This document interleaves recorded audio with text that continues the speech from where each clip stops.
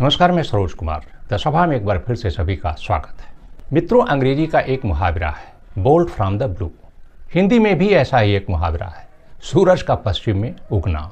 यानी जो संभव न हो, जिसकी बिल्कुल उम्मीद न हो, ऐसा कुछ हो जाए। तो जब ऐसा कुछ होता है, अप्रत्याशित होता है, तो हर कोई चकित रह जाता है, अचंभित रह जाता है। अरे ऐसा कैसे हो गया, ऐसा कैसे हो सकता है। बिल्कुल यही स्थिति जातीय जनगणना की घोषणा को लेकर के है। केंद्र सरकार ने जातीय जनगणना की घोषणा जब से की है, हर कोई चकित है, अचंभित है। ये सरकार जातीय जनगणना की घोषणा कैसे कर सकती है? क्योंकि ये वही सरकार है, उसी पार्टी की सरकार है जो इस मुद्दे का पुरजोर विरोध करती रही है, अभी तक विरोध करती रही है। और सिर्फ विरोध ही नहीं, जो लोग इस मुद्दे की पैरवी करते रहे हैं, इसकी वकालत करते रहे हैं, उनको अपमानित करती रही है, उनके खिलाफ तरह तरह की बयानबाजी करती रही है। स्वयं प्रधानमंत्री नरेंद्र मोदी ने जातीय जनगणना की बात करने वालों को अर्बन नक्सल कहा था। सरकार के मंत्रियों ने, मुख्यमंत्रियों ने, बीजेपी के नेताओं ने, सांसदों ने क्या क्या नहीं कहा था जातीय जनगणना का समर्थन करने वालों के लिए। बीजेपी सांसद अनुराग ठाकुर ने संसद में किस तरह से लीडर ऑफ अपोजिशन, विपक्ष के नेता राहुल गांधी का अपमान किया था इसी मुद्दे को लेकर। तो ओबीसी की बात, जनगणना की बात बहुत की जाती है। माननीय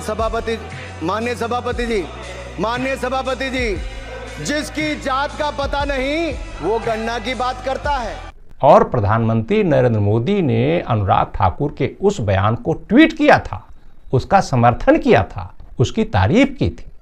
अब आप जरा सोचिए कि जो पार्टी, जो सरकार अभी तक ध्रुवीकरण की राजनीति करती रही, धर्म की राजनीति करती रही है, वो यदि जात की राजनीति पर उतरती है तो क्या वाकई में वो जातीय जनगणना कराएगी? और यदि जातीय जनगणना कराती भी है तो जो उसका मूल उद्देश्य है, क्या उसे उस निष्कर्ष तक पहुंचाएगी? तो इस सवाल का जवाब बिल्कुल कठिन नहीं है, एकदम आसान है। इसका जवाब आप अपने से पूछ सकते हैं, खुद से पूछ सकते हैं।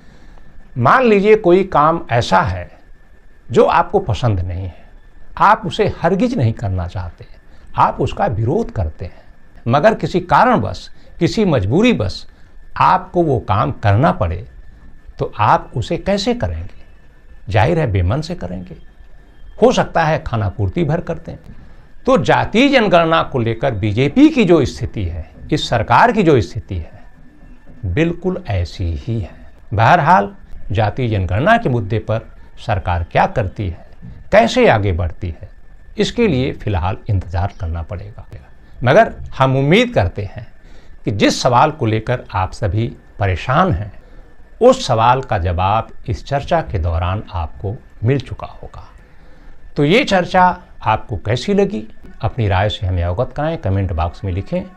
और यदि ये चर्चा आपको पसंद आए, अच्छी लगे, तो इसे लाइक करें, मित्रों परिचितों को शेयर करें और चैनल को सब्सक्राइब भी कर लें, ताकि जब भी हम इस तरह की कोई दूसरी चर्चा लेकर के आएँ तो उसकी सूचना तत्काल आप तक मिल जाए। तो आज की सभा में बस इतना ही। फिर मिलेंगे, जल्द मिलेंगे एक नई चर्चा के साथ, एक नए विषय के साथ। तब तक के लिए हमें दीजिए इजाज़त।